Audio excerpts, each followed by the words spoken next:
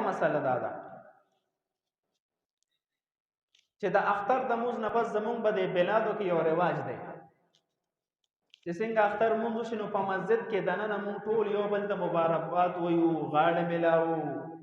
او یو قسم د اجرې انداز هم د مسجد نه جوړ کړي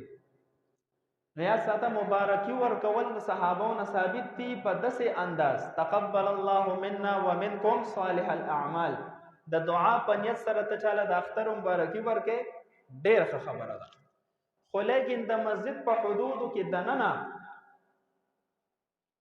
دین فقهاو منع کړی دا وجه دا ده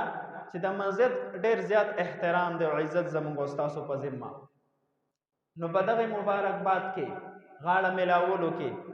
مختلف قسم زموږ خپل ذاتی خبرې خندا خوشحالي تیز आवाज نو دې سره د مسجد بے ادبی او بے حرمتی راځي نو د مسجد د بے ادبی نه مونږ منع کړی شوی لہذا د اذان د څنګه چې د اختر مونږ شي د مسجد د حدود نه بهر خو خپل یو بل سره مبارکباد کول شي د دعا په نیت باندې یو بل لغاړه ورکول شي لازم نه دی واجب او فرض به نه غني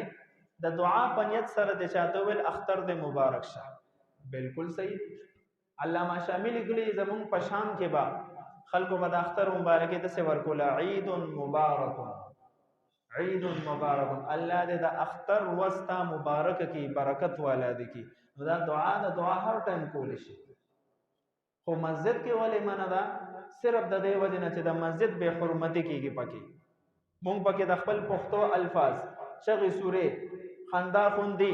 تیز आवाज نو دا په مسجد کې منه دي د دې وجه نه د مسجد د حدودونو بهر به کو دل د بینه